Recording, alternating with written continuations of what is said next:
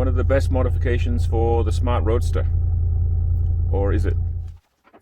In a previous video I did say I'm not going to modify this car, but the modification that I carried out on the other car that we use for motorsport and lots of performance testing, I kind of miss it in this car. It just doesn't feel right.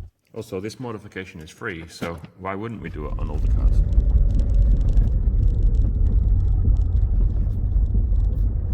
See the problem? No self-centering. Okay, so we've got to remove this plastic cover. A couple of clips hold it in. It's pretty easy. I'll show that one more time.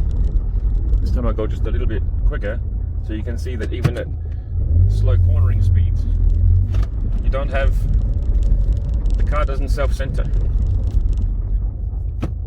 This is the inherent problem that is with the power steering on the smart Roadster.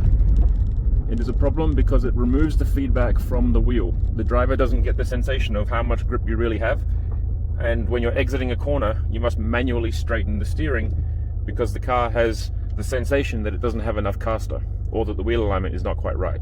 No matter how much you adjust it, you will not remove this unless you carry out this modification. So let's get on with that. Cover now comes out.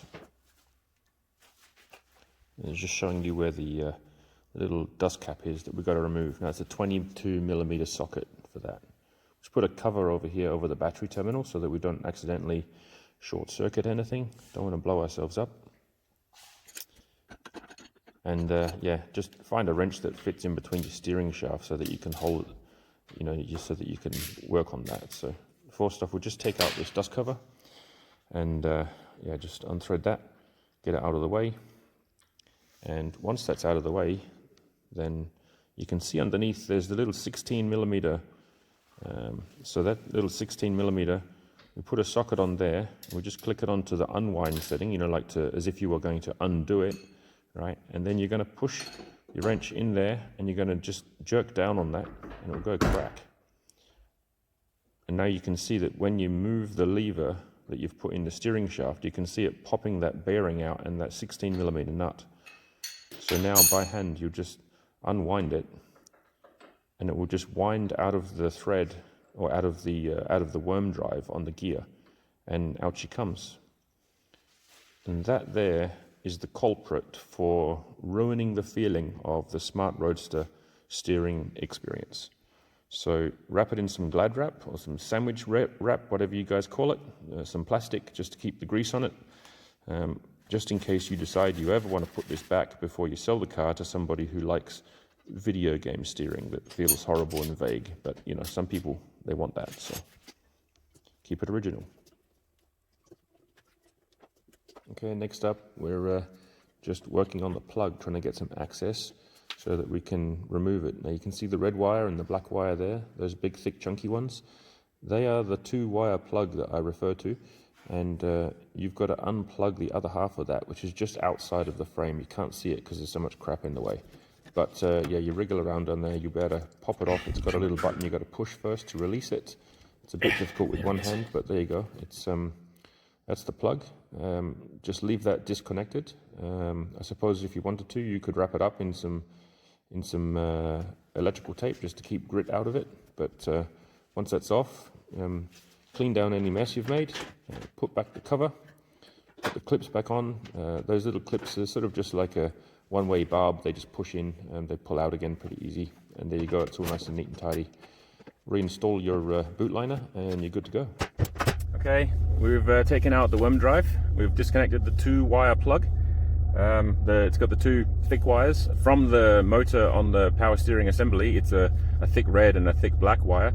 On the other half it's a little bit thinner and different colors, but you disconnect that 2-wire plug that goes to the motor of the power steering, and that's it. There'll be no fault codes, there'll be none of those things. I've tested this extensively on my other car. So on this car, let's now see what difference it makes to the steering response at these low speeds and the feedback that is from the steering and the self-centering ability that should come now from not having a worm drive associated with your steering in any way. So here we go. See how the steering wheel pulls back by itself.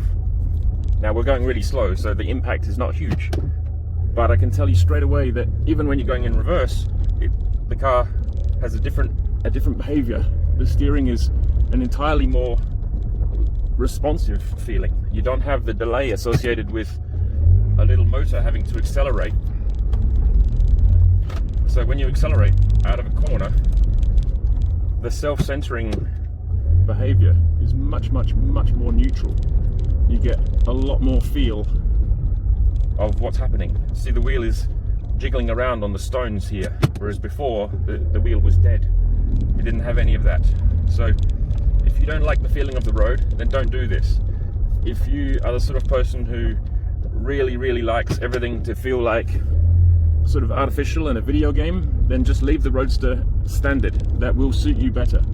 But if you like to drive a car and feel the involvement of the tire, if you like the contact patch relationship that comes back through the steering of a classic sports car, then this helps you get some of that feeling back again that is otherwise totally removed by the fact that there's a servo motor that has inertia and it has a gear ratio that is quite high to give it high torque for a lot of extra assistance that really on such a lightweight car like this is just not required at all. So again, I don't recommend this for anyone who doesn't like driving, but if you like driving, then this is going to make a big difference to the way the car feels when you're steering and not steering. The car just wants to go straight. It doesn't make the steering heavy once you're moving, but obviously at parking speeds you no longer have the power steering assist. So at parking speeds, as soon as you start rolling, it really is like one finger steering. It's not hard. It's a lightweight little car. It should have never had power steering from the beginning. So there you go, Mercedes-Benz. This is a free repair for your otherwise horrible steering. There you go. Enjoy your smart car with classic steering.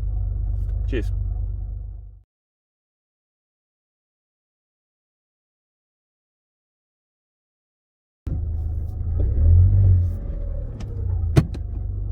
Blooper. Went backwards. Whoops.